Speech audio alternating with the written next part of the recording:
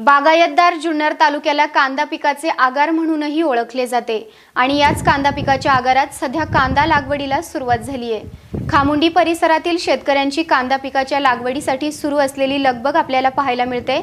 याच बातमीची काही दृश्य पाठवली आहेत आमचे खामुंडी प्रतिनिधी कैलास बोडके यांनी। पाहूयात।